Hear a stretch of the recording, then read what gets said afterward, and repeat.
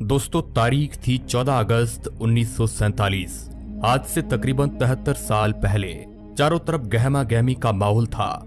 एक तरफ लोगों के अंदर आजादी को लेकर उत्साह बढ़ता जा रहा था, मगर दूसरी तरफ अखंड भारत दो हिस्सों में बंटने की तैयारी पर था।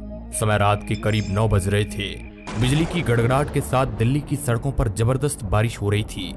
अलग अलग जगह से आकर लोग रायसीना हिल्स पर इकट्ठे हो रहे थे। कुछ ही देर में लाखों की तादाद में लोग इकट्ठे हो चुके थे।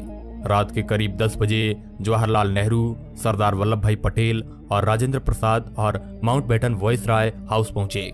अब कुछ ही समय बचा था भारत को आजाद होने में। कुछ लोगों के चेहरे पर मायूसी थी तो कुछ लोगों में उत्साह। और यहाँ पर जवाहरलाल नेहरू अपनी स्पीच शुरू करते हैं। उनके भाषण की शुरुआत इन 2 लाइनों से शुरू होती है। At the stroke of the midnight hours when the world sleep India will be awake to life and freedom. कुछ ही देर बाद वह घड़ी आ ही गई जब भारत ने आजादी की सांसें ली। रात 12 बजे शंखनाद से हमारे देश की आजादी का आरंभ हुआ था, जिस समय ग्राउंड पर खड़े लोग महात्मा गांधी के नाम के नारे लगाए जा रहे थे।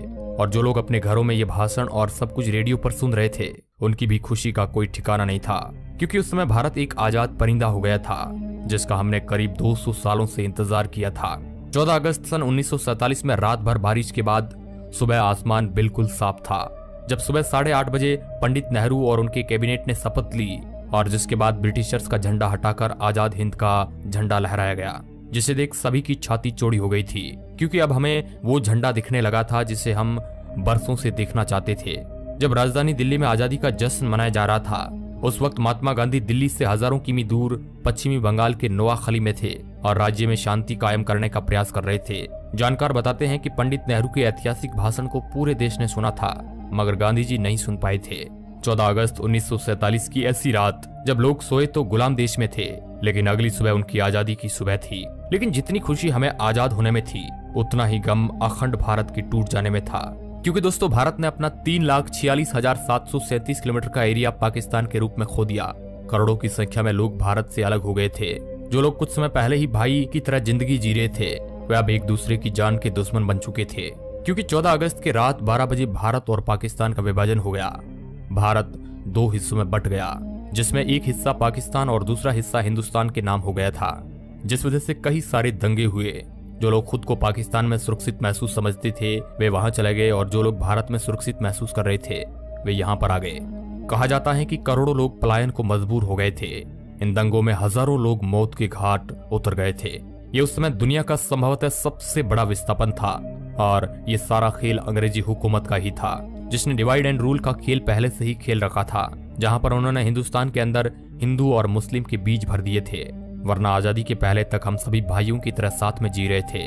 वो तो अंग्रेज ही थे जिन्होंने हमें हमारी जाति के आधार पर हमारा व्यक्तित्व याद दिलाया, जिसके बाद हम आपस में ही लड़ने लगे।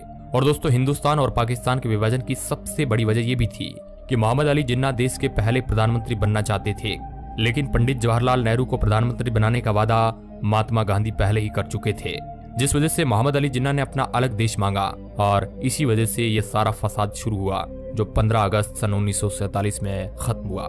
दोस्तों, हम आपको बता दें कि भारत को आजाद करने की बात बहुत पहले से ही चल रही थी, और इसी वजह से ब्रिटिशर्स ने माउंटबेटन को भारत का आखिरी वॉइसराय बनाया था, ताकि इसके बाद भारत को आजाद देश घोषित कर दिया जाए।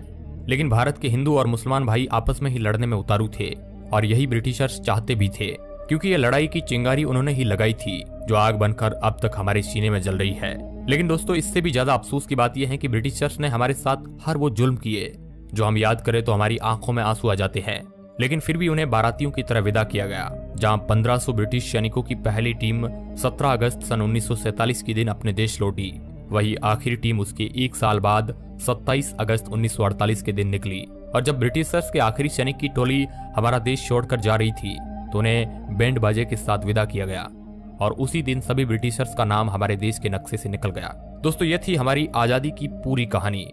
लेकिन क्या आप हमें बता सकते हैं कि जिस भारत का ख्याल करके हमारे देश के स्वतंत्रता सेनानियों ने अपनी जान गंवा दी थी, और कई लोग अपनी आखिरी सांस तक हमारे देश की सेवा के लिए लड़ते रहे, क्या वो देश हम बना पाए हैं या नहीं? अपना जवाब हमें कमेंट के माध्यम से आप बता सकते हैं। इस वीडियो रिपोर्ट के अंत तक बने रहने के लिए आपका बहुत बहुत धन्यवाद।